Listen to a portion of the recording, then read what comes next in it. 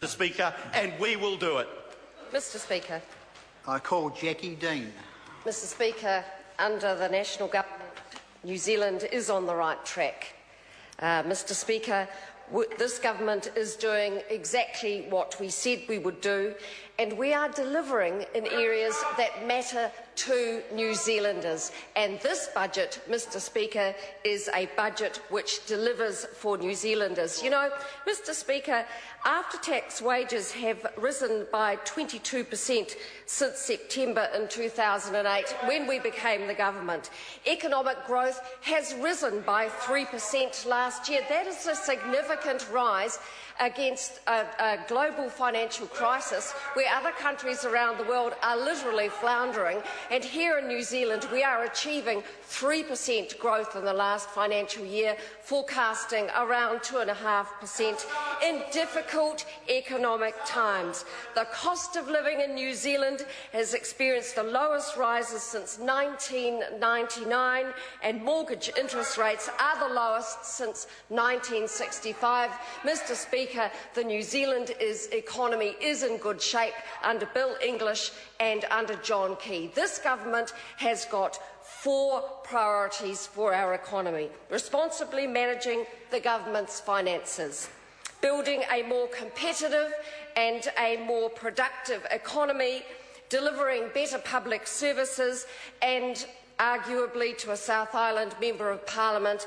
the 4th imperative is rebuilding Christchurch, and I want to spend a bit of time talking about that. But first of all, I want to put some stakes in the ground refuting some of the rather unwise comments made by some members across the House. Claire Curran, that luminary from Dunedin, said there are no jobs in the regions. Well, come on, that kind of language might work in South Dunedin, but this is the Parliament. This is where we want to have some reasoned debate, and I'm going to tell that member exactly why comments like that don't help the cause of herself and don't help the cause of her party. And so, under the Better Public Services Initiative, the Ministerial Committee on Poverty has endorsed a number of important initiatives to help low-income families. So those include $100 million over 3 years for the Warm Up New Zealand Healthy Homes program. Now, that program targets low-income households, particularly those with children with health needs, for home insulation. What did Labor do in the 9 years they were in power? Phil Goff just spent 8 of his 10 minutes taking credit for the state that the New Zealand economy is in 2013. Well, the news is, Phil Goff, those guys went out of government 5 years ago. You can't keep taking credit for stuff you did way back in history. That is so last century. So this government has put more than $21 million over the next 4 years aside for rheumatic fever prevention. That is significant for the health and welfare of our children. There is an extra $1.5 million for budgeting service in 2013-14. In addition, it has to be said, for the $8.9 million that was provided for in the previous financial year. And this next one is good. There is a whiteware procurement program which will enable people on benefits to purchase new appliances under warranty using Ministry of Social Development repayable payments. Now, that is a significant help. It's just a small portion of the budget, but it is a significant help to low-income families and people on benefit. The trial on Housing New Zealand properties for a warranted fitness program for rental housing. Where were Labor? Where were Labor in their 9 years of surplus they keep talking about? Where were Labor helping low-income families? Where were they with the insulation programs? They were absolutely nowhere. Labor were content for low-income households to live in cold, damp social housing. And what did they do about it? They did nothing. Mr. Speaker, I want to go on to some welfare measures. There will be $188 million over the next 4 years for the next stage of welfare reform to help more New Zealanders off benefit and into work. And of course, this follows a $287 million investment in last year's budget, so it is increases year on year. And what did it? You see, Labor are yelling because they don't actually care about this stuff.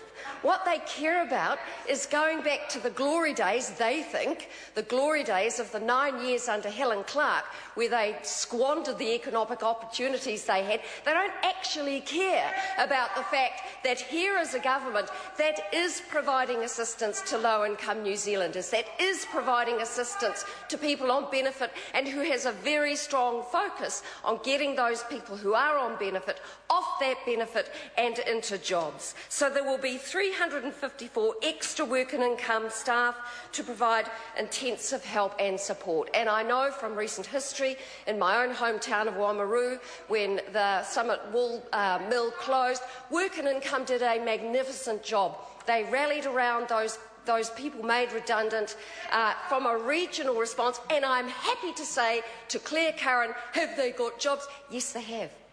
Most of those people have got jobs. 60 of them, I know, doesn't like to hear it, doesn't suit that member's agenda, but I can tell that member that 60 of those workers at Summit Wool Spinners have been re-engaged by Canterbury Wool Spinners, and a significant proportion of the other workers have found work either by themselves or through the assistance of work and income. Not good news to the other side of the House, because they don't like to hear this stuff, but actually government agencies such as Work and Income are providing a magnificent job in supporting the workers back into jobs.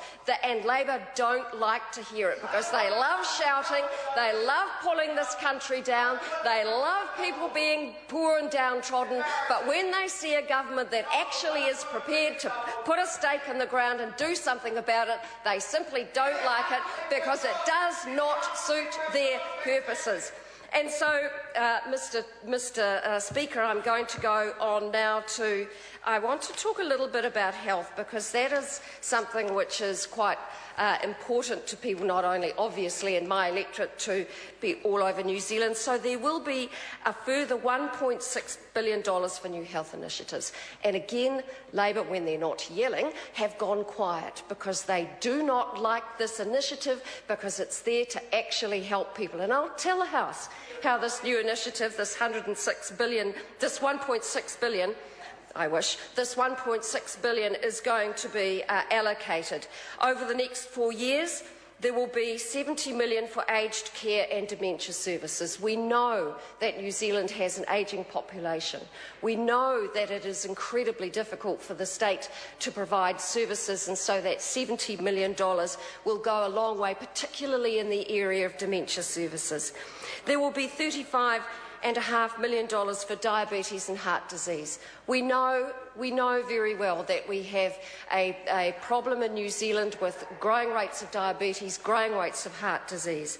There will be $100 million in this budget over the next 4 years to meet population changes and cost pressures in disability support services. Now, those cost pressures, I do hope some of that money will be allocated into my part of New Zealand. I certainly will be advocating for that to happen.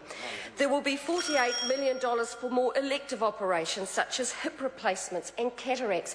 This is real assistance for New Zealanders. This should be celebrated across the House. This is extra cataract surgeries in South and North Dunedin. This is more hip operations in South and North Dunedin. Gosh, you'd think they might be quite pleased about that. I just want to talk a little bit in my final moments about the strong focus that this government has got on the recovery for Christchurch. There is going to be an additional $2.1 billion for Christchurch's recovery. We know that Christchurch has been through a terrible event. We know also that the people of Christchurch are incredibly resilient and are getting on with life and rebuilding Christchurch. This government is committed to assisting those people in Christchurch in rebuilding their lives and rebuilding the economy of the second largest city in New Zealand, the largest city in the South Island, and the tourism gateway to other parts of New Zealand, such as Wanaka and Southland. And I just want to finish my speech with just a couple of figures out of, and I'm reading from Invest Christchurch, which is the Christchurch Central Development Unit. And I just want to say Canterbury is attracting business from around the rest of New Zealand. I quote from this document. Inland revenue data at April 2013 shows a positive net internal migration of business. Also, Canterbury is attracting employees to job opportunities, and so I go back to Claire Curran, who says there are no jobs in the South Island. There are plenty of jobs. This is a good budget and it's a good government. Mr. Speaker. Catherine Delahunty. Thank you, Mr. Speaker. I'm delighted to have the opportunity to participate in this.